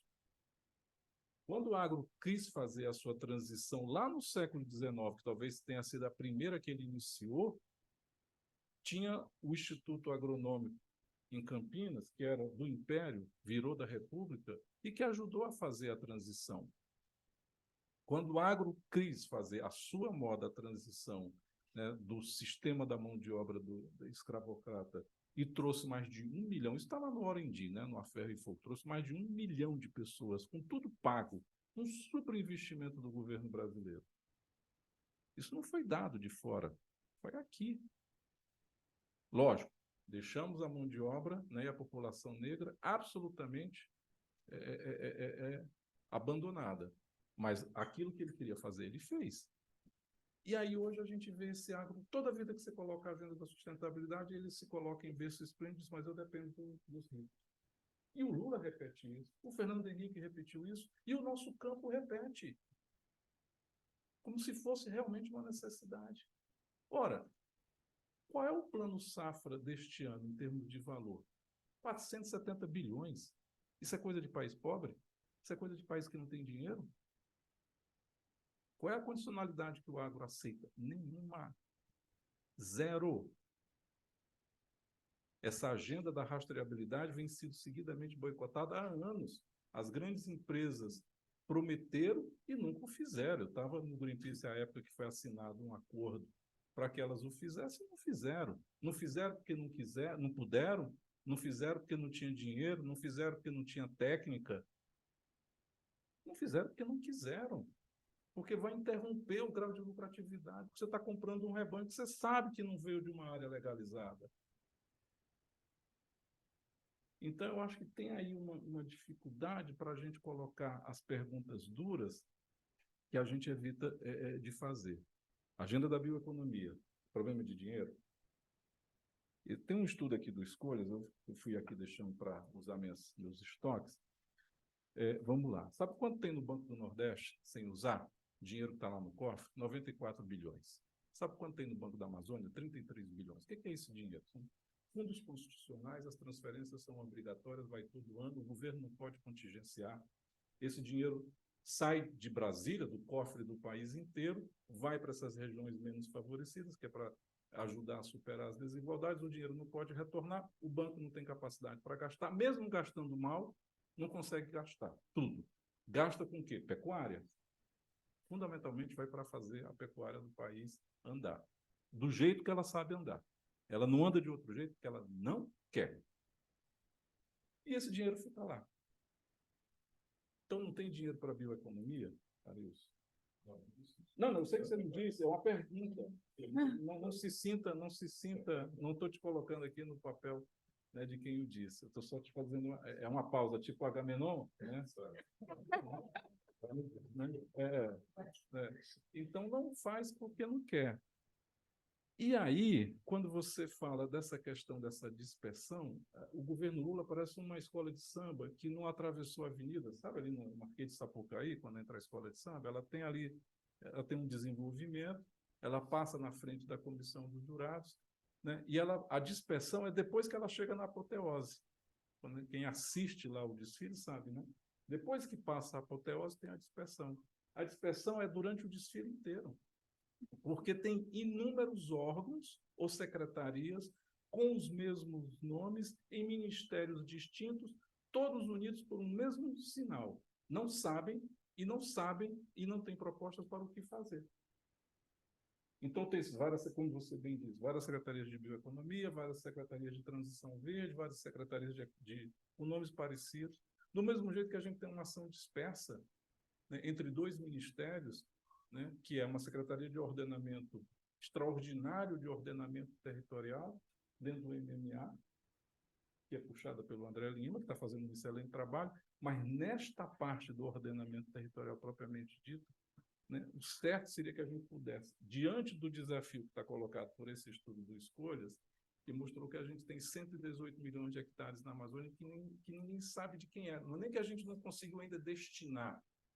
A gente não conseguiu nem saber se era do governo federal ou do governo estadual. Isso dá 2 Franças e 2 Alemanhas. Né? E a gente não conseguiu sequer resolver a fila de quem teria direito à titulação desde os anos 70 levado para a Transamazônica. Como é que eu vou resolver o problema social na Amazônia se eu não consigo resolver a fila do título?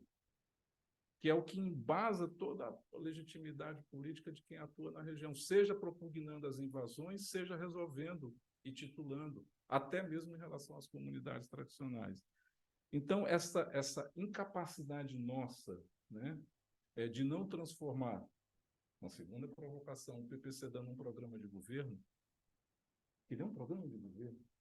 Quando você o olha do ponto de vista da ambição, não é que eu discorde em nada do que está escrito ali, mas eu me pergunto se faz sentido do ponto de vista daquilo que é possível fazer, e eu não quero limitar o possível, né, às condições, porque senão elas nunca serão possíveis, mas pelo menos do ponto de vista daquilo que é o fundamental, do ponto de vista de uma concertação, de uma ação, você fazer um plano que é um programa de governo.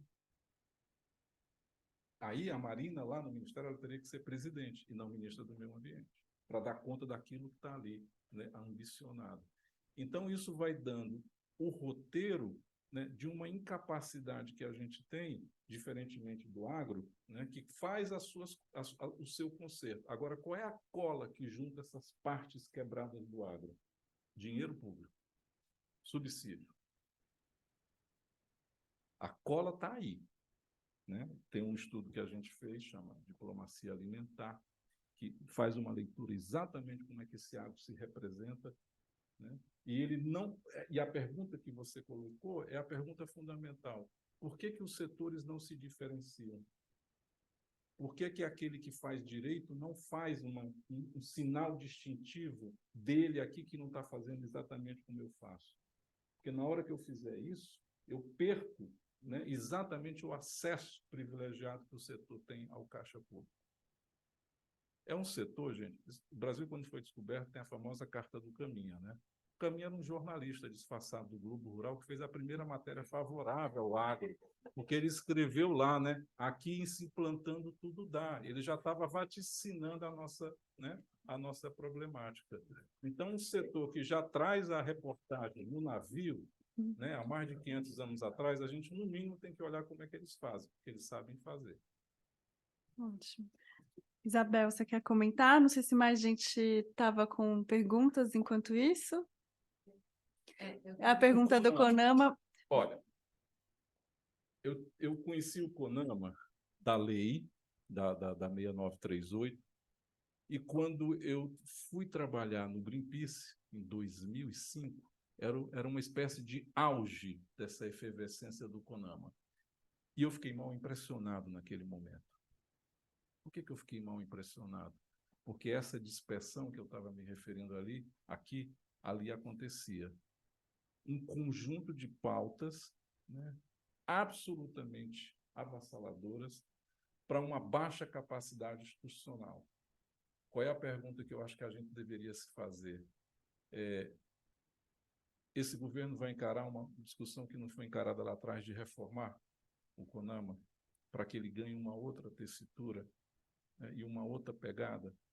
Segundo, o CONAMA era forte num momento em que ele tinha, inclusive, na Lei 6938, o poder de legislar. É difícil isso se repetir, porque uma coisa era pensado no momento em que havia uma retração do Congresso muito forte, porque ele foi feito ainda na ditadura. Ele foi pensado na ditadura pela cabeça absolutamente maravilhosa do Paulo Nogueira Neto. E ali foi uma espécie de ocaso dele, né, no período da Marina. Depois ele vai perdendo tração. Antes você se matava para ter uma vaga no CONAMA, era uma disputa, né, pesadíssima.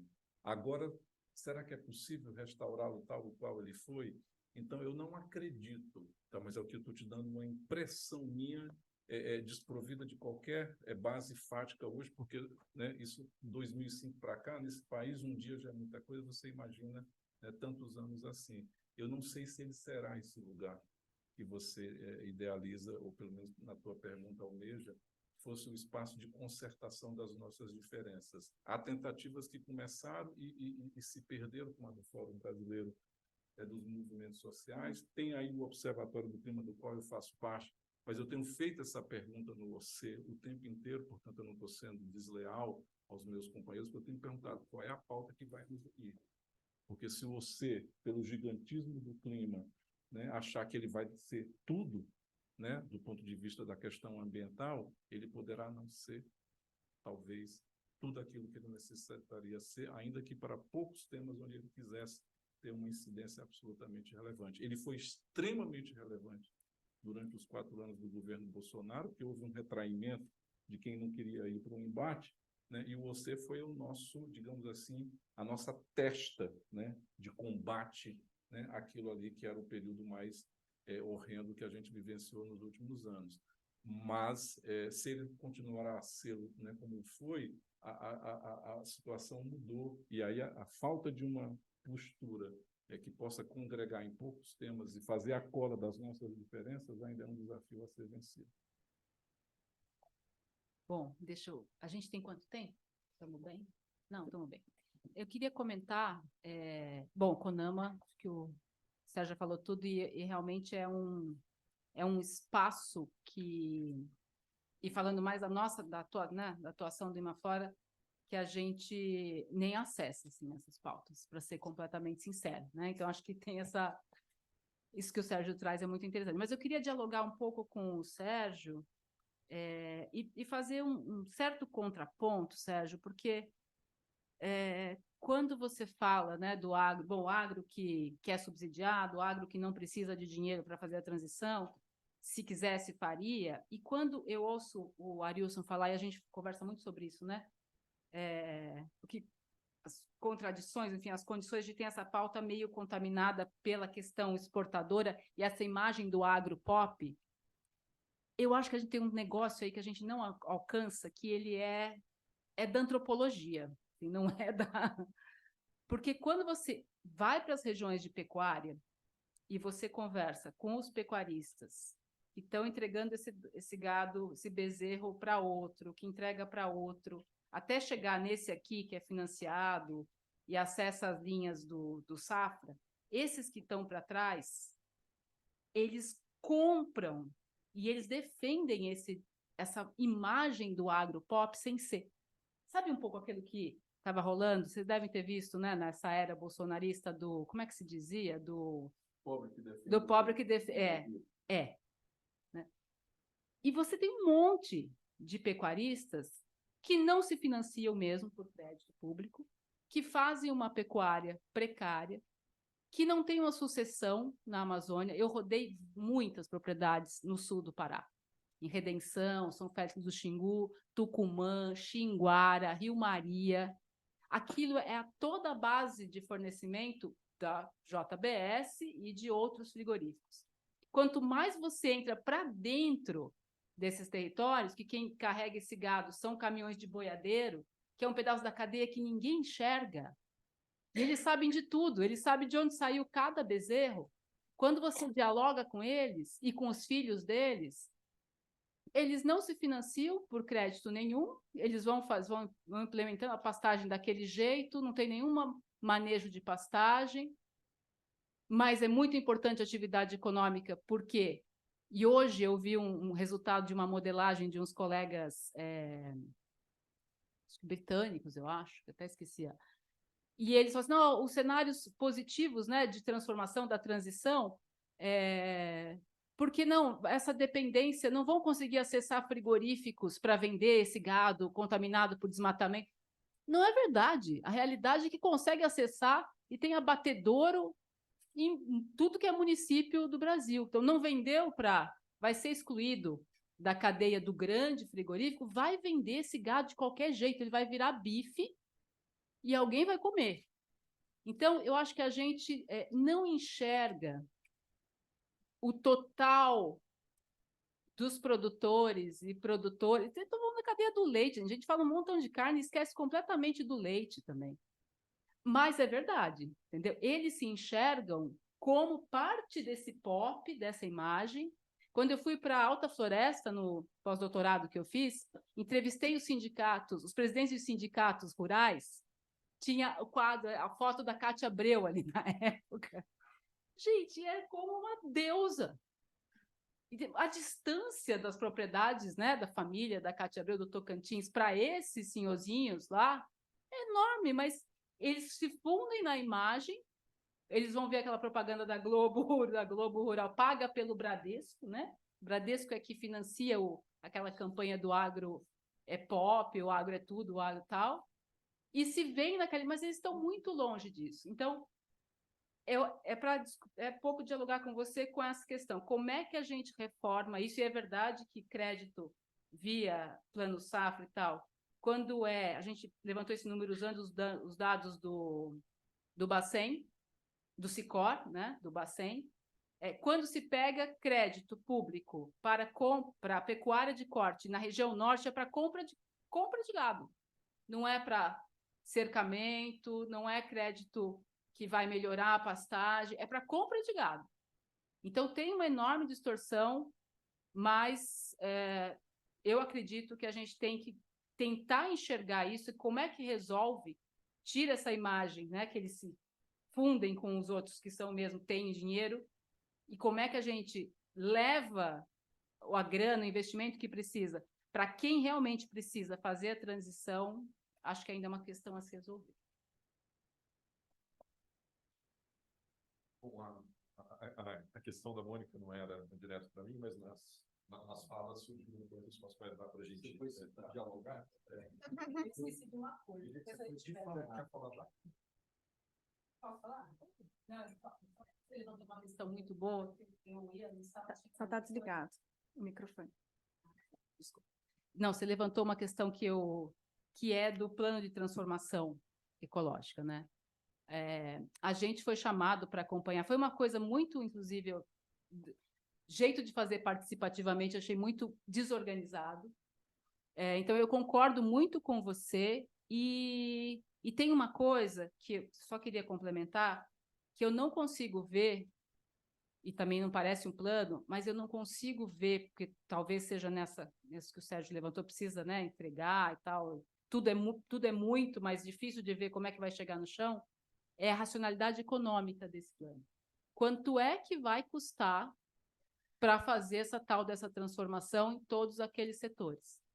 E esses números existem, né? Nos centros, pode não existir todos, mas eles existem. Mas o pior deles, que não vi nenhum indício de pista disso, foi, de novo, na agricultura e pecuária, né? Que nem estava como um eixo, e aí entrou.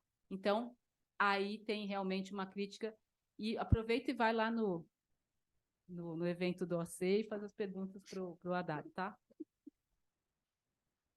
Então, algumas coisinhas, alguns comentários rápidos, né? Quer dizer, primeiro, começando pela ponderação que o Sérgio já fez em relação ao do setor primário, eu acho que a gente converge no seguinte sentido, de dizer que o plano não vai ser o setor primário em si, mas tem duas coisas que precisariam ser ponderadas aí. Acho que a primeira delas é a seguinte: não é comparável a estrutura e a posição relativa do setor primário na economia brasileira com o que se encontra nos Estados Unidos, no Canadá ou na Noruega. Aqui é uma anomalia. Quer dizer, aqui é uma anomalia. Então, ou seja, a maneira como a gente depende aqui pela trajetória do país e pela posição relativa hoje, ela é bastante diferente. Então, a gente depende desse setor hoje, tal como ele está organizado, nas proporções que ele tem, é um tiro no pé ao longo prazo, porque ele é fortemente gerador de impactos ambientais terríveis, extremamente concentrador, muito fortemente dependente de recursos públicos, e essa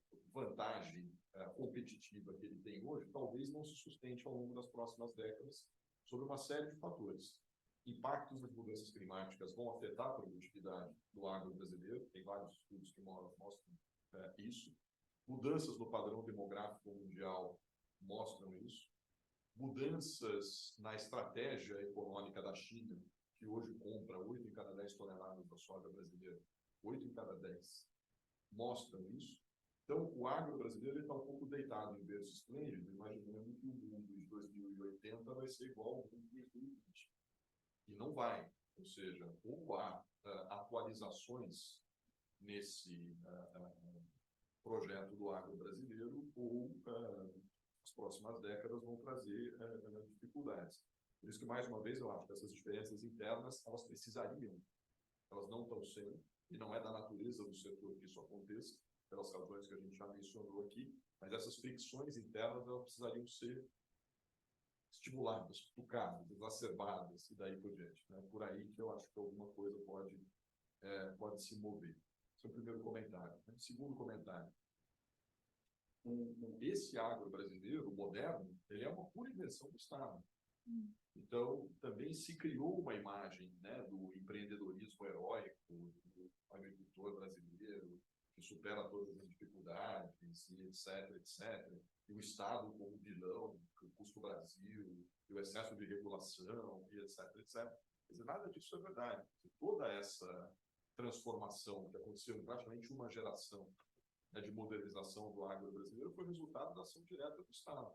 Foi o Estado brasileiro que investiu em tecnologia, que viabilizou a expansão da produção da soja no Centro-Oeste, criando uma Embrapa, mandando uma geração inteira de engenheiros para estudar fora, depois repatriando e etc. O Estado brasileiro não só financiou a pesquisa, mas financiou a difusão, criando uma rede de assistência técnica e extensão rural, que levou essas tecnologias quase que gratuitamente para o universo de produtores brasileiros. Não só produziu a tecnologia e difundiu, como financiou um sistema de crédito rural, que não só financiou em termos subsidiados, mas que pelo menos uma vez a cada década faz uma enorme, entre aspas, renegociação de dívidas do setor produtivo. O eufemismo é negociação de dívidas, em alguns casos é renegociação de dívidas, na boa parte dos casos é por simples transferência de renda da sociedade para um setor que não consegue ter a renda pela produção. Então você perdoa a dívida e recompõe a renda por aí, né? Enfim, essa atuação estratégica do Estado promovendo uma transição, como promoveu nessas décadas, é o que nós precisaríamos estar vendo agora. Mas promovendo o quê? Promovendo que base produtiva?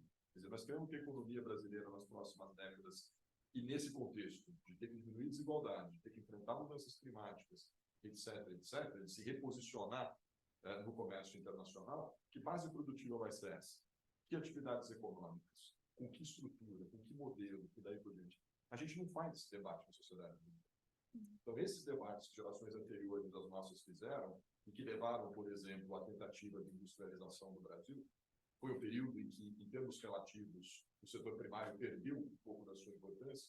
Você olha a curva, né? Fez isso, depois de 80 para cá, volta a fazer isso. Então, ele sempre foi importante, certo? Tem toda a razão. Mas já houve momentos em que ele foi um pouco menos importante. De 30 a 80. De 30 a 80. Então, isso é importante, não é só porque se diminui um setor, é porque você distribui o poder econômico e, consequentemente, distribui também o poder político. E à medida que você distribui o poder político, você favorece que mais setores da sociedade pressionem o Estado pela partilha do fundo público. Então, é o tipo de sociedade que você produz a partir de como é que você coloca todas as fichas do setor um no outro. Esse debate nós não estamos fazendo mais nas próximas décadas, tudo está muito preso no curto prazo. Tá? Se vai fechar as contas, ou se não vai, se vai reeleger, se não vai, é a meta do programa, e etc. Quer dizer, os grandes acordos em termos de transição e de modelo de país, esse debate não está mais posto sobre a mesa, né? E o quarto e último ponto que eu queria mencionar é o seguinte: não é com um monte de programas, ou um aperfeiçoamento somente em programas, que eu acho que a gente pode promover algum tipo de transição dessa natureza que nós estamos mencionando aqui. É preciso ter algum tipo de pactuação na sociedade, dentro do Estado, em torno de algumas grandes prioridades. E, a partir daí, ter uma ação coordenada do Estado em direção a isso. Quer dizer, esse modelo, né, do nota zero em harmonia e evolução, digamos assim, né, do conjunto de alas que fazem a escola de samba do Estado brasileiro, isso vai continuar levando a um resultado de soma negativa, me parece. E uma vez que eu estava falando desse tema de coordenação, um colega disse para mim o seguinte: escuta, esse negócio de coordenação que você está falando aí, isso é uma ilusão, isso não existe. Tá? Eu falei, não, claro que existe. Você olha a trajetória recente do Estado brasileiro, quando houve acordo em torno de algumas prioridades, você tem ação coordenada. Ou vai dizer que não teve ação coordenada entre ministérios no PAC, no segundo mandato do Lula? Teve sim, se uma determinada obra empacava, mobilizava-se numa sala de situação ou coisa parecida, 3, 4, 5 ministérios e destravava, para o bem ou para o mal. Vai dizer que não teve coordenação de ministérios no Brasil sem miséria? Teve. Deveria ter tido mais, poderia ter tido melhor, mas teve. Então, quando você tem um acordo em torno de algumas prioridades, aí tem coordenação intersetorial e, às vezes, tem coordenação federativa. Agora, se não tiver um acordo, e nós estamos sendo incapazes, nós, coletivamente, forças progressistas, etc., etc., em criar esse tipo de acordo, aí o resultado vai ser esse. Nota zero, evolução, harmonia, com risco de cair para Série B. E antes que a gente acabe o desfile, você me deixa só fazer 2 comentários. Não quero ser, né, perder um, porque, né, a escola sai correndo ali para não ter. Tem uma coisa que a gente precisa colocar. A gente fez um estudo como o agro se beneficia do desmatamento. Porque tem essa separação muito bem feita do agro. Não, quem desmata é o grileiro. Eles criaram essa entidade metafísica como se aquilo ali depois não virasse, né, uma fazenda, um pasto, não tivesse a atuação da Frente Parlamentar da Agricultura mudando o marco temporal. O marco temporal é para os índios, para o pessoal do agro chama outra coisa, né? E a gente mostrou aqui que o desmatamento é um insumo básico da maneira como o agro opera. Tanto esse que é pop, é tech, ainda se diz injustiçado, como aquele a qual ele chama de grileiro, que é uma espécie de avatar que ele usa para proteger seus interesses. Por que o agro se beneficia do desmatamento? Porque a constante incorporação de terra o dispensa de fazer a agenda que o Imaflora está trazendo. Ele resolve a agenda da sua expansão produtiva incorporando terra. E o estudo mostrou uma coisa absolutamente normal, mas que a muitos surpreendeu, talvez por ser o óbvio, como diria o Caetano, que é quanto mais terra incorpora, o preço da terra cai. Ao cair, beneficia o grande que consegue comprar mais terra e, com isso, fazer a expansão da sua produção. Ele não tem que incrementar a produtividade. Ele não precisa fazer um instituto agronômico de Campinas, como a gente fez na virada do 19 para o 20. E aí tem uma questão que é qual é a agenda que a gente vai perseguir em relação a esse setor. Eu sempre brinco, né, dizendo aquela música do Odair José, eu vou tirar você desse lugar. A gente consegue tirar o agro desse lugar se ele não quer sair de lá? Ele não quer sair, porque não interessa a ele sair. O Márcio Astrini Dossé tem uma frase ótima que diz que não existe barulho capaz de fazer acordar quem finge estar dormindo. Né? E aí, esse estudo aqui, a gente mostrou o quê?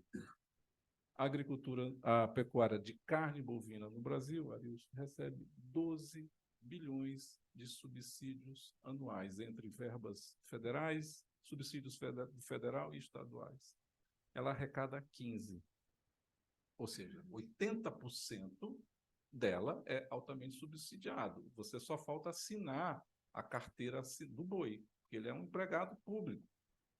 Ela é altamente ineficiente do ponto de vista econômico, porque se ela depende de 80% do subsídio, e é altamente ineficiente do ponto de vista ambiental, porque se houvesse um país chamado Pecuária Brasil, ela emitiria aquilo que emite a Argentina. Agora, o agro rejeita todas as contas de emissão que são feitas. Hoje de manhã mesmo, estava lá, né, a Marina do Imaflora sendo, digamos assim, elogiada por pessoas respeitáveis do nosso setor agro, exatamente por conta, né, de que eles acham que isso é um absurdo.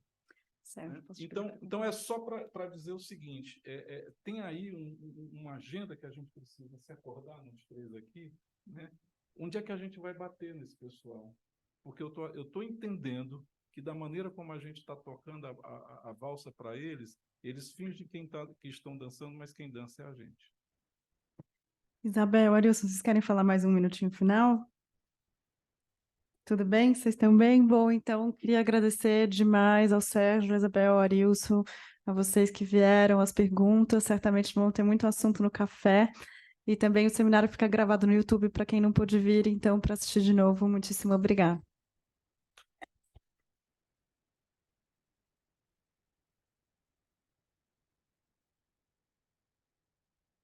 Esse da terra a gente acabou de lançar. Eu acho que eu trouxe um para você.